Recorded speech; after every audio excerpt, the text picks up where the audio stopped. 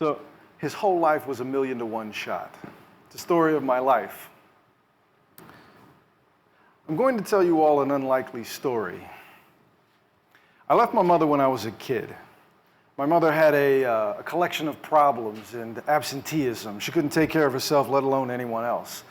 But I didn't leave from the abuse, like the time when I called the police on her after she kicked me in the face and busted my nose open. Yet, I didn't have the heart to open the door when the police came and knocked at the door, and instead pretended with her that we weren't home. I didn't leave her the time she spat in my face, or the homelessness, the evictions, or begging for money and food. I would leave her because she stole from me. Food, a can of tuna. In the end, when it came down to it, I left my mother over a can of tuna. So after that, I felt like I could do better on my own. In fact, I never really felt like I had a mother, so leaving her actually turned out to be the best thing for me. I never knew my father. He left when I was a baby and later died from a drug overdose. So I lost my parents to drug addiction and mental illness. But all of this would propel me forward, upward, out of this familiar world with her and these afflictions. And I would embark on a journey. Big breath. On this journey, this road less traveled, I would get knocked down to my knees more times than I can count, yet would get back up and keep moving forward. Thanks to a great role model. My dad, Rocky. I met him one day when he came on TV. And I sat there and I watched it and I was just so inspired that I wanted to go out and fight, like right then and there, go out and fight people, but I didn't. So instead, I watched him on TV all week, because it was on TV all week on a loop, because the newest Rocky was coming out soon, you know, promos and such. Shout out, Stallone, you're a genius. So I watched Rocky every day that week. It came on, I didn't move. I just watched and learned. And what I didn't know, what I wouldn't realize until over a decade later, was the impact that this man, this hero, and his story would have on me and my life. So I stole. I took all of the Rocky-isms, the walk, talk, mannerisms. You may see a hint of that still to this very day. I took also his ethics, his morality, getting back up and not giving up. So Rocky gave me an identity. But I was constantly frustrated with the way people saw me, that why was it if I could see all of these positive and admirable traits in Rocky, why couldn't people see that in me? Rocky didn't have parents, but overcame that obstacle. Rocky was blue collar, yet knew he was destined for more and achieved it. Rocky was self-made. Rocky is all heart instead of all brawn and no brains. Rocky was the hero of his own journey. So I didn't understand. But Rocky was my hero, my role model, and I had to believe that he gave me these tools and this map to be successful on my journey. But how? How though? How could I use these tools from Rocky to overcome the obstacles in my circumstances of growing up in Long Beach and Compton in the 90s during the LA riots as a white boy in a black neighborhood with no parental guidance? A mountain to overcome, indeed. So, Rocky taught me loyalty and never forgetting where you come from. Meet Carl. Carl is my best good friend. He's like my brother. He's my family. We met when we were 11 years old, and without his help, I never would have survived my youth. Carl would teach me the value in real life, the real meaning, the true meaning of loyalty, never abandoning a friend. Carl would hide me in his closet, not literally, hide me in his closet when I needed a place to sleep and didn't want to go home, and later when I didn't have a place to stay. Carl would also teach me how to fight. So I got beat up a lot, surprise.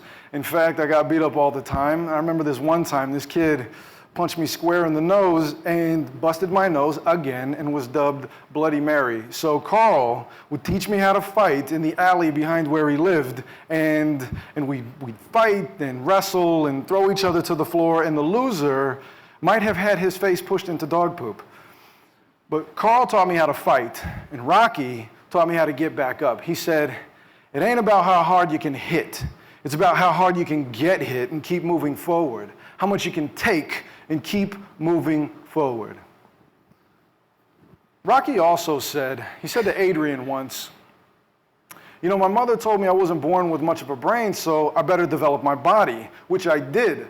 I built myself up like Rocky taught me. I got buff.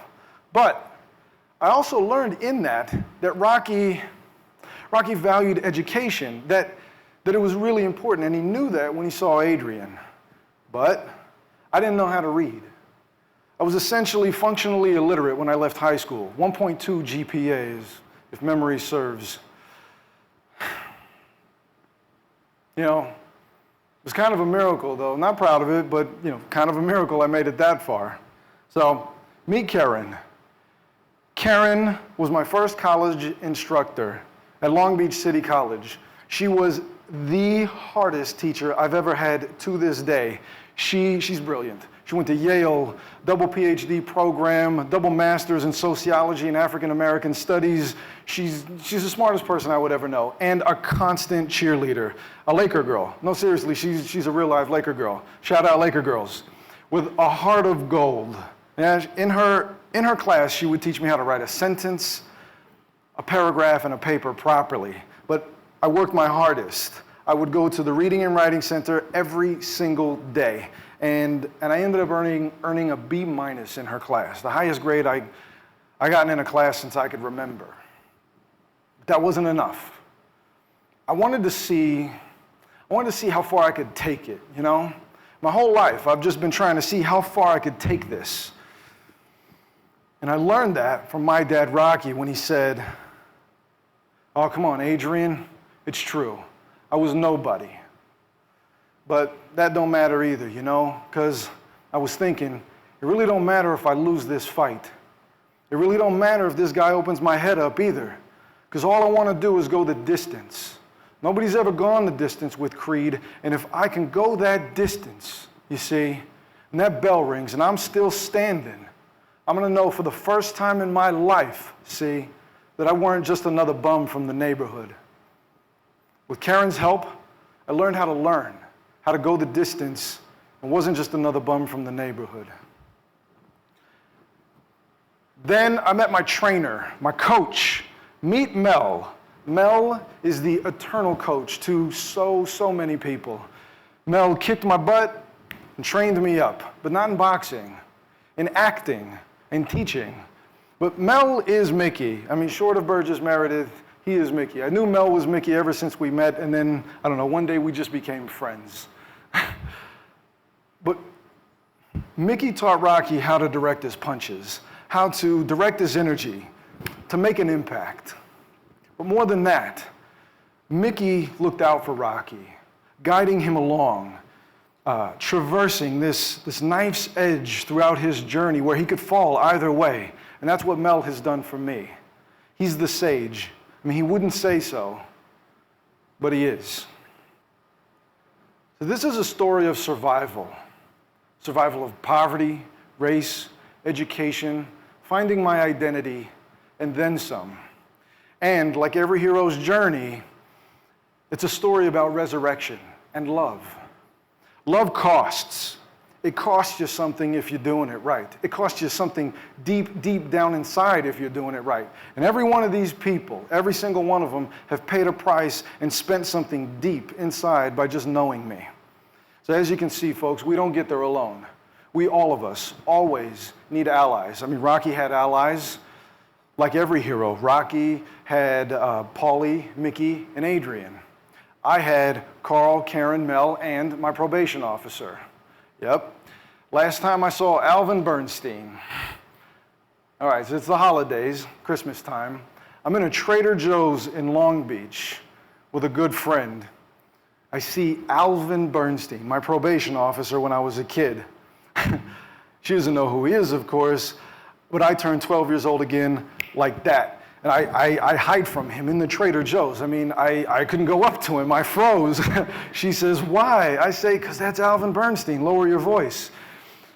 I mean, he was formidable, you know, not to be trifled with, and a great guy.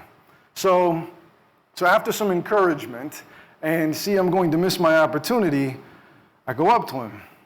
Excuse me, are you Alvin Bernstein? Yeah, who wants to know?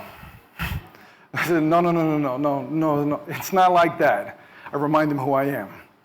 My name is Jeremiah O'Brien. You may not remember me, but you were my probation officer when I was a kid.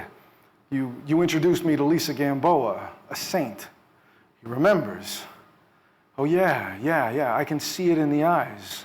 I totally thought he was BSing me for a minute.